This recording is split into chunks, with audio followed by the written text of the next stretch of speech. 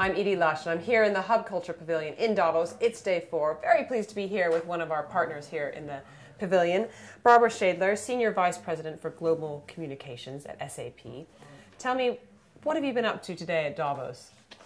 Yeah, you know, we had an interesting start into the day today because we ran a breakfast with entrepreneurs and NGOs to discuss how are small enterprises and entrepreneurs contributing to today's growth.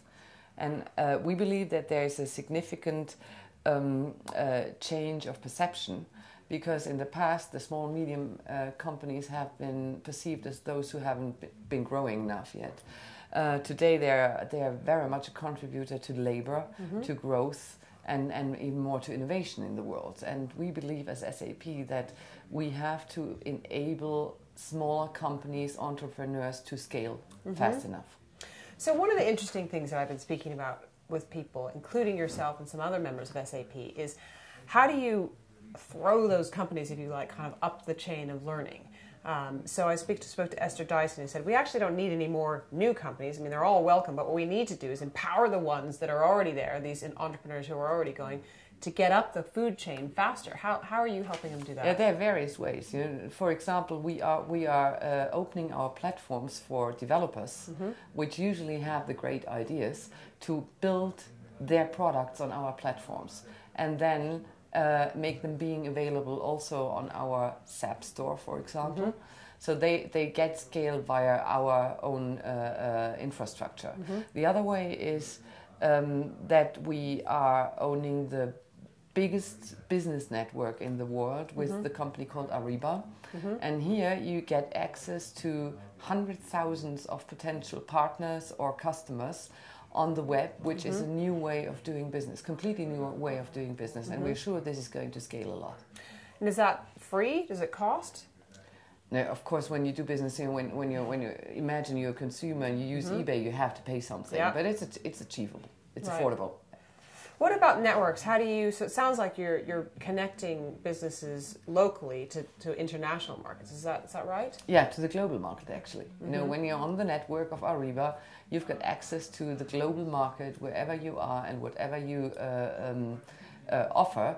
You also have got access to the best suppliers. Then.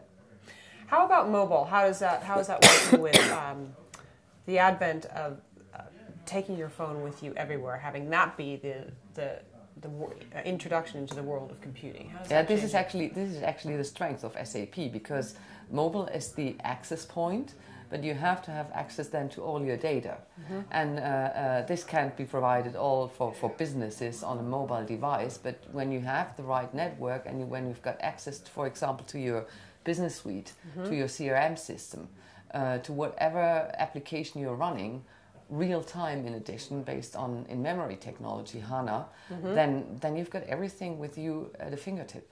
Security has been one of the major themes at the WEF. It's one of the major themes in all of our lives as we pass information, personal information across the web every day through our phones. How much does that keep you up at night? It actually is our DNA. I think 63% of all business processes in the world run on SAP today. So we are every split second of our life aware that if we are not meeting security criteria, then it doesn't work. So let me give you an example. Cloud computing is all over the place as well.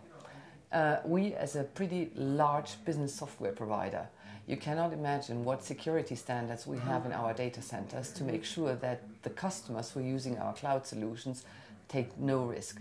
There's probably no one else who could do these efforts. Thank you so much, Barbara, for stopping by the Hub Culture Pavilion here in Davos, and I'm Edie Lush.